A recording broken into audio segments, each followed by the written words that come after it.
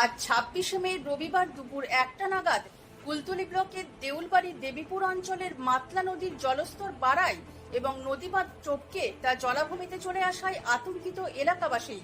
কুলতলি ও মইপিট coastal থানার উদ্যোগে miking প্রচার করা হচ্ছে ও নিকটবর্তী ঘূর্ণিঝড় আশ্রয়স্থল কেন্দ্র যাওয়ার জন্য জানানো হচ্ছে। এই মুহূর্তে আতঙ্কিত এলাকাবাসী ব্লক প্রশাসনের উদ্যোগে একাধিক ব্যবস্থা গ্রহণ করেছেন। আপনারা নিরাপদ জায়গায় চলে যান।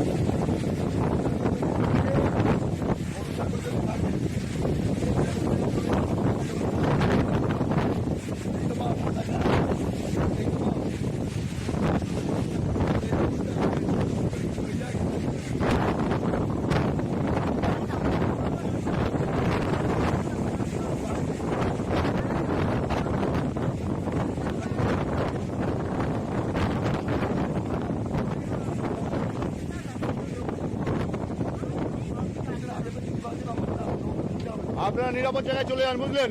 এখান থেকে যখন পাকা বাড়ি থাকলে, আশেপাশে পাকা বাড়ি থাকলে সেখানে চলে যান।